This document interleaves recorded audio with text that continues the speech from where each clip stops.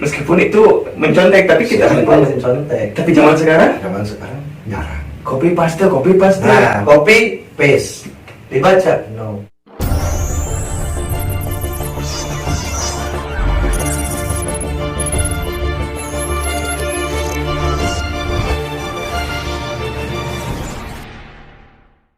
Selamat datang kembali di channel Pendidik Bersuara.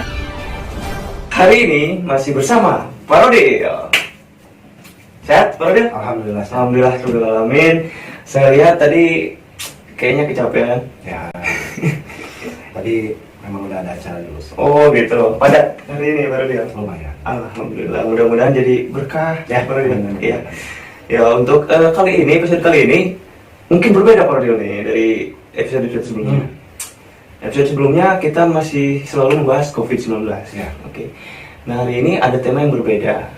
Berhubung kita juga sebagai pelaku di lapangan Pak Rodil, Ya. tentang perkembangan pendidikan di Indonesia. Oke. Seperti itu. Jadi sekarang temanya yang sesuai dengan channelnya ya. Iya betul sekali. Sesuai dengan channel karena request dari teman-teman ada yang komen Pak Rodil seperti itu. Katanya sahabat terpelajar ya. sahabat terpelajar. Katanya komen, bahas dong tentang pendidikan seperti itu. Ada yang request juga tentang pelajaran, mungkin nanti. Ya, okay. Mudah-mudahan. Nah mungkin sekarang mau tahu nih kerangka dari kualitas pendidikan Indonesia ini menurut Pak Rodil seperti apa sih gitu? Sebetulnya mungkin kalau pendidikan di negara kita memang masih jauh tertinggal dengan negara-negara lain di luar sana. Ya. Mungkin dari manajemennya saja, dari manajemen bagaimana struktur pendidikan di kita itu seperti apa. Karena memang berbeda jauh kalau saya baca di luar negeri, kemudian yang saya pelajari dari luar negeri, bahwasanya pendidikan mereka memang jauh berbeda dengan kita. Ada beberapa hal yang mendasar yang menjadi pembeda antara kita dengan negara-negara yang lain. Dalam segi pendidikan. Seperti halnya kalau di kita ini, kalau menurut saya memang waktu pembelajarannya yang cukup panjang. Waktu pembelajaran yang cukup panjang, sehingga materi-materi ini terlalu padat. Kita belajar dari jam 7 sampai jam 2, jam 4. Sekarang kan sampai jam 4 ketika dipadatkan 5 hari. Boleh. Nah, ini terlalu panjang sebetulnya. Kalau misalkan di luar negeri itu seperti di Australia, kemudian di Finlandia, itu sudah 3 sampai 4 jam sehari. Kemudian tidak dibebankan juga dengan tugas-tugas rumah. Tugas-tugas rumah seperti itu. Kemudian di kita juga memang faktor pendidikan yang terlalu dini sebetulnya. Memang bagus, ada dampak positifnya untuk mengolah motorik dari si anak. Cuma kan kalau di kita 5 tahun kadang sudah masuk ke taman kanak-kanak atau ke FAMU atau ke Kober seperti itu. Kalau di Indonesia seperti itu. Kalau di luar kan 7 tahun itu baru masuk sekolah mereka. 7 tahun baru masuk sekolah. Ya. Sehingga barangkali kenapa sekarang anak-anak ini banyak yang malas belajar dan sebagainya misalkan, karena ketika mereka berusia harusnya mereka menghabiskan atau memuaskan diri mereka dengan bermain, justru dituntut untuk belajar. Seperti itu. Nah di kita mungkin seperti itu, walaupun pada dasarnya bagus itu untuk perkembangan motorik anak, tapi ya kalau kita berbicara di luar negeri, di luar itu 7 tahun baru bisa masuk sekolah. Karena mungkin bisa dikategorikan sudah siap menerima pembelajaran atau sudah siap menerima tugas-tugas dan seperti itu. Dalam arti sudah memiliki pemikiran barangkali kan seperti itu. Kalau usia 7 tahun itu sudah mulai bisa mempertimbangkan antara waktu bermain dengan belajar. Kalau misalkan sekarang usia 4, 5 itu kan masih harus mereka ini, pemikiran mereka anak-anak ini adalah bermain, bagaimana bermain, menghabiskan waktu bermain, bersenang-senang dengan anak-anak yang lain seperti itu. Cuma mungkin ada yang dipaksakan dari itu.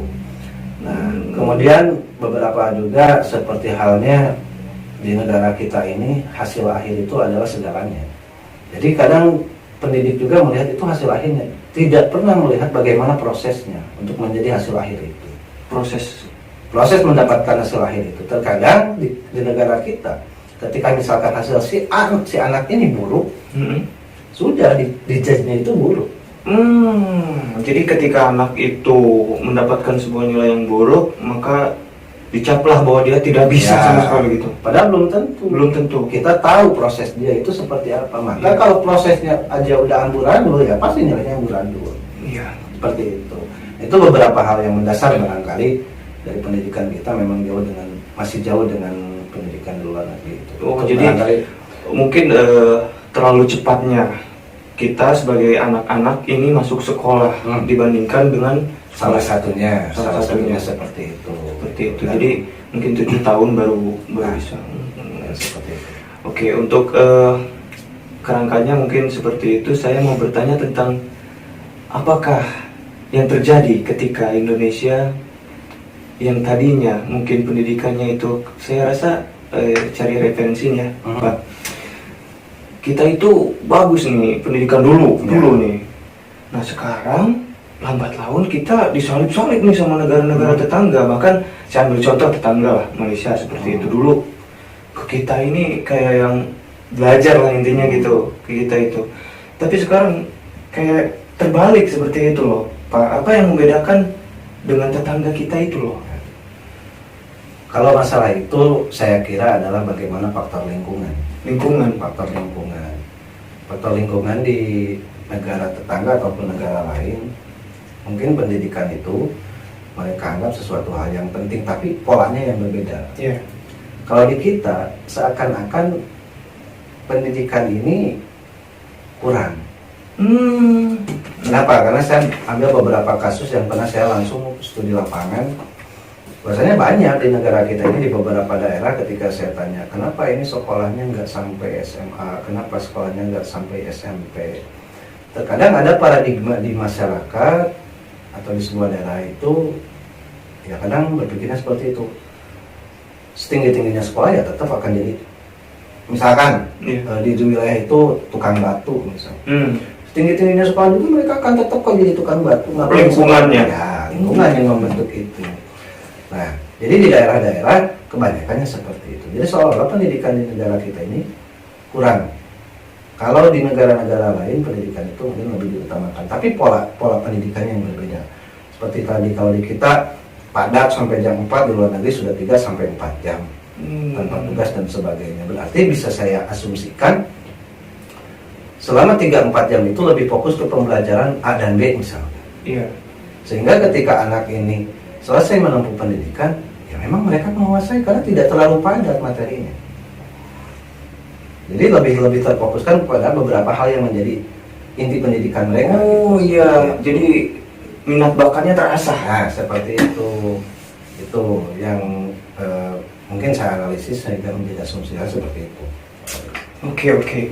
Untuk masalah perbedaannya mungkin itu sudah sangat terlihat ya Pak Rodel ya. Sekarang bagaimana tentang tenaga pendidik nih Pak Rodel ya? Mungkin kita juga, mungkin saya juga, mungkin Pak Rodel juga tenaga pendidik yang juga masih belajar juga mungkin ya Pak Rodel ya, untuk depannya, karena kita juga mendidik bukan apa Pak Rodel kemarin? Kita mendidik bukan menghardik. Nah, kita memukul tapi merangkul. Intinya seperti itu. Jadi memang harus dibenahi juga nih kualitas pendidik di kita. Karena beda dengan pendidik dulu. Jauh berbeda. Kemajuan teknologi memang luar biasa. Dampak positifnya luar biasa. Tapi ada dampak negatif dari kemajuan teknologi itu sendiri. Banyak sekarang yang saya rasakan sekarang saya menjadi pendidik, ternyata cara mendidik sekarang dengan dulu sangat berbeda. Sangat berbeda, jauh sekali. Kalau dulu memang kita belum ada teknologi. iya. Ya. Masih minim teknologi.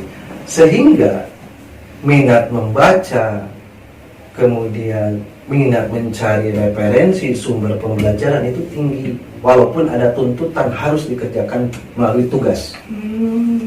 Tapi minat baca dan mencari tugasnya itu tinggi. Atau mengerjakan sesuatu, menyelesaikan masalah yang menjadi pembelajaran itu serius. Sekalipun kita anak nakal. Kenapa? Karena media yang kurang. Sehingga kalaupun kita menyontek, itu secara tidak langsung kita membaca. Mencontek Sekaligus membaca. Sekalipun itu mencontek. Kok bisa? Ya silakan kita kembalikan flashback nih ke zaman dulu. Iya, coba ini. Ini menarik nih, ini menarik flashback nih ke zaman Iya, dulu. zaman dulu Itu kan belum ada internet tuh. belum. Iya, betul. Nah, sekarang kalau kita nyontek, Iya. itu kita nyonteknya dari yang, mohon maaf, gak ada yang bodoh, kurang mampu, atau dari yang dia pintar. Dia pintar. Oke, dari pintar. Kenapa mau yang pintar? Karena ingin jelas sumbernya. Iya, sumbernya. Ya, Karena betul. kita ingin jawabannya betul. Betul. Betul. Karena kita ingin kebenaran. Iya. Nah, sehingga ketika kita meminjam sama orang tersebut, apakah bisa langsung kita tempelkan bukunya kemudian jawabannya ada di buku kita? Tidak. Nggak bisa. Karena ngerti. Itu sedikit logika sederhana. Maka secara tidak langsung sekalipun kita mencontek, kita membaca. Iya. Bayangkan zaman sekarang, mencontek misalkan dari googling, dibaca dulu enggak? Jarang yang dibaca dulu, mungkin persentasenya 50-50. Copy paste.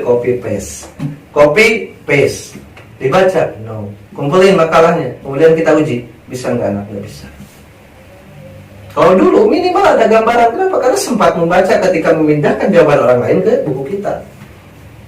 Meskipun itu mencontek, tapi kita mencontek. Tapi zaman sekarang Jarang. copy paste.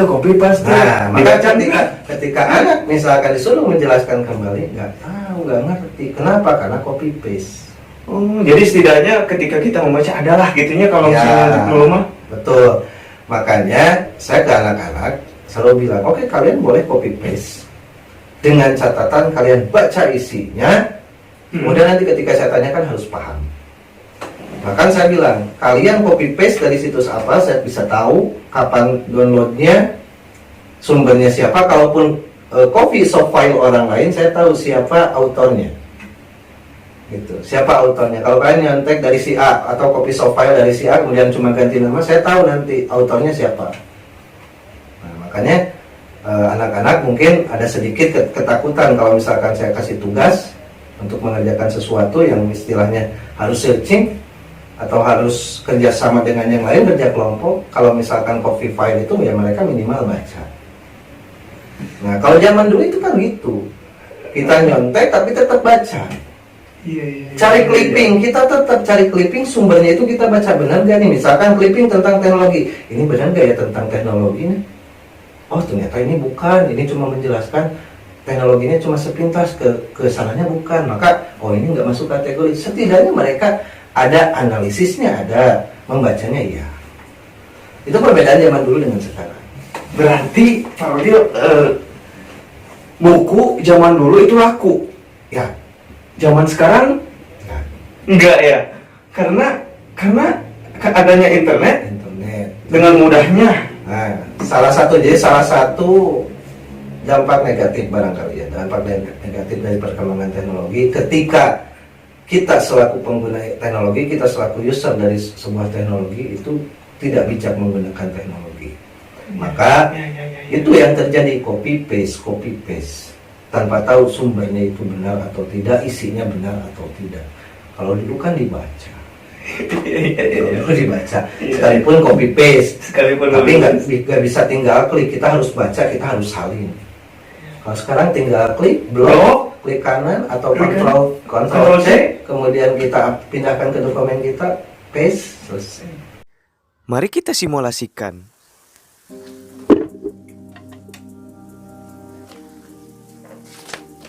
Ada tugas merangkum. Merangkum relasi logik dan fungsi gerbang dasar. Oke. Kerjaan tugas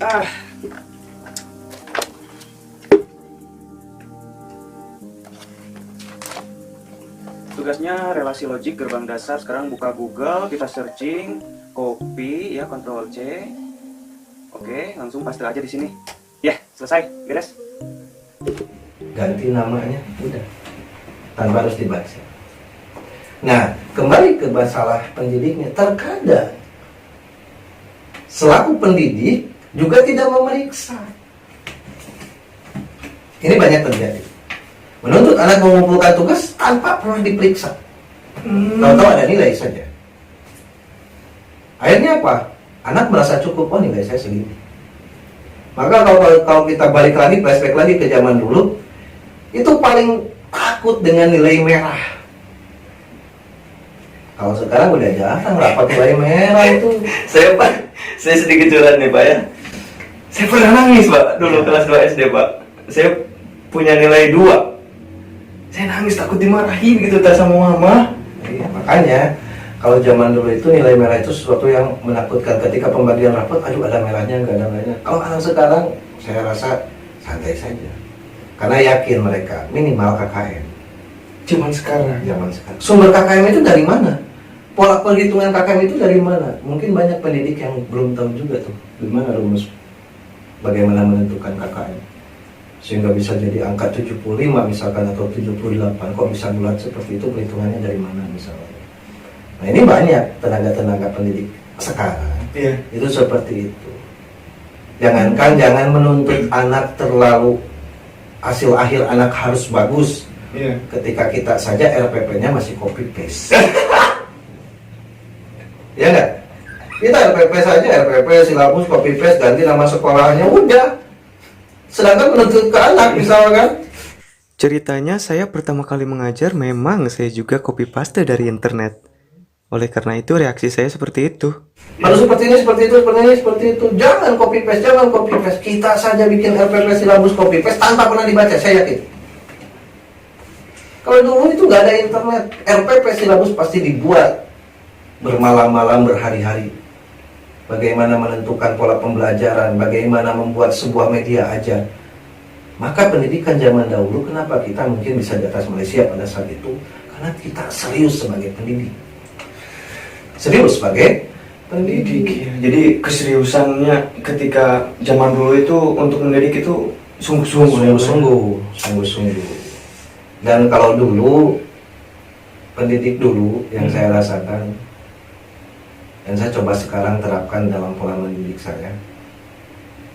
Jadi guru itu dulu segalak-galaknya dulu guru segalak-galaknya itu hanya di sekolah dulu, di sekolah dan tidak pernah lama. Ketika marah sudah selesai, marah sudah selesai. Iya. Zaman sekarang beda. Kalau udah kadang ada guru yang benci sama anaknya. Sampai benci. Kenapa? Karena anaknya bandel, nggak pernah nurut dan sebagainya. Kita itu pendidik jangan seperti itu. Saya penasaran tuh yang apa tadi, memukul bukan memukul tapi merangkul. Berarti ada istilah memukul tidak merangkul. Ada. Seperti gimana nih contohnya nih Pak? Memukul tapi kita tetap merangkul. Kita marahin anak, Iya. kita pukul anak misalkan. Tapi kita harus tahu kapan kita harus memperhatikan anak. Ketika misalkan anak ini murung, pernah nggak kita panggil dia, kita ajak obrol 4 mata? Pernah nggak? Kita cari masalahnya kenapa, kemudian kita carikan solusi untuk anak. Kebanyakan hanya bisa memarahi anak tanpa pernah mau menyelesaikan masalah anak. Nah, seperti itu. Yang namanya siswa, yang namanya siswi masuk sekolah di mana kita mendidik, itu anak kita semua, nggak boleh ada yang dianak emaskan. Sekalipun kita marah hanya mendidik, kita balikan diri kita orang tua di rumah kita bagaimana? Kalaupun marah mendidik, tidak pernah sampai mengasingkan dan sebagainya. Banyak guru yang sampai mengasingkan anak. Kadang saya juga miris seperti itu. Kalau lihat di media-media sampai terjadi hal seperti itu, saya miris. Jadi kalaupun kita marah, kita memukul anak, kita harus mampu merangkul anak. Ketika anak terlihat murung dan sebagainya, yuk kita panggil, kita rangkul. Kemudian kita ajak diskusi, kenapa? Masalahnya di mana? Ada apa? Kemudian kita carikan solusi untuk anak. Maka di situ anak merasa dihargai. Jadi jangan buat anak punya masalah di rumah, datang ke sekolah punya masalah lagi. Di mana mereka diperhatikan? Di rumah tidak diperhatikan karena ada masalah, datang ke sekolah ada masalah lagi. Saya ini yang merhatiin siapa? Maka kita harus memperhatikan anak. Betul. Nah, jadi kita memukul, tapi tetap kita merangkul anak. Kita ini harus menjadi seorang konselor. Kebanyakan, ini ada anak masalah nih, masukin BK. Nah kan anak itu paling wah ketika mendengar kata ruang BK, bimbingan konseling. Berarti saya ada masalah yang luar biasa. Janganlah, sebelum buka BK ayo selesaikan dulu. Kenapa? Kita nggak bisa jadi konselor. Guru itu semua harus jadi konselor. Bukan cuma tugas BK, bukan hanya tugas bimbingan konseling, tapi seluruh pendidik itu harus bisa menjadi konselor untuk anak. Tanya anak punya masalah nggak? Jangan sampai gini, makanya tadi, tahu nggak proses anak ini sehingga hasilnya A misalkan. Oh ternyata jelek, mungkin anak ini ada masalah dalam proses pembelajarannya, kurang mendengarkan, kurang memperhatikan. Nah, guru harus paham itu. Pendidik harus paham itu. Ketika terlihat anaknya ini nggak fokus, sehingga nanti hasil akhirnya akan jelek, ataupun misalkan kita memperhatikan anak, ini anak nggak fokus, kemudian hasil akhirnya jelek, jangan disalahkan. Ayo panggil, kenapa kamu hasilnya jelek? Ada apa? Mau punya masalah dan sebagainya. Nah, terkadang yang dinilai adalah hasil akhir adalah segalanya. Itu yang menurut saya kurang tepat. Jadi iya betul Pak, saya juga kemarin tuh baca-baca tentang hal ini, bahwasanya apa tenaga pendidik sekarang itu kebanyakan mereka hanya menjadi narasumber. Ya. Kemarin saya bikin videonya seperti itu, lalu ada pendapat para ahli pendidikan juga sama seperti Bapak. Jadi Tapi tidak menyindir saya sebagai narasumber tidak. Itu kebanyakan pendidik sebagai narasumber, saya sengaja jadi narasumber. tidak, karena apa? Karena para DDD juga satu pemikiran dengan para ahli pendidikan, keren. Jadi nggak cuma ya sekarang kan kebanyakannya katanya kan narasumber tanpa memperhatikan anak. Ya kan yang mungkin yang pendapat-pendapat yang di luar sana pun satu pemikiran dengan Pak Ardil seperti itu. Jadi kita pun tidak hanya memberikan sebuah pembelajaran. Kan tadi kesimpulannya mungkin seperti itu ya Pak ya. Kita juga harus bisa merangkul anak, keluhan anak dan segala macam. Itu menurut saya inilah. Anak itu kan nggak bisa dipaksakan. Iya. Ketika anak nyamannya di seni ya udah, kita harus tahu bakat anak ini dia senang di seni. Kalau dia lagi bermain seni jangan dipaksa untuk berhenti. Gitu. Makanya harus merangkul itu. Oh silahkan kamu di seni, tapi ada waktunya ya beberapa jam untuk belajar ini. Misalkan. Jadi kita kasih pemahaman jangan secara paksa. Berhenti ngapain kamu main musik? Ayo belajar ini. Jangan. Nah, logika sederhananya gini. Kalau misalkan seorang anak dituntut untuk kuliah, dia maunya ke jurusan bahasa Indonesia misalkan, disuruh dituntut ke IT, nggak bisa, karena dia nggak ada dipaksakan, nggak ada kenyamanan di situ. Itu bisa, mungkin akan bisa, tapi mungkin kemungkinannya kecil. Kenapa? Karena terpaksa. Tapi kalau kita karena passion kita, keinginan kita, yang kita sukai, biasanya itu akan ditekuni dengan baik. Jadi maksimal.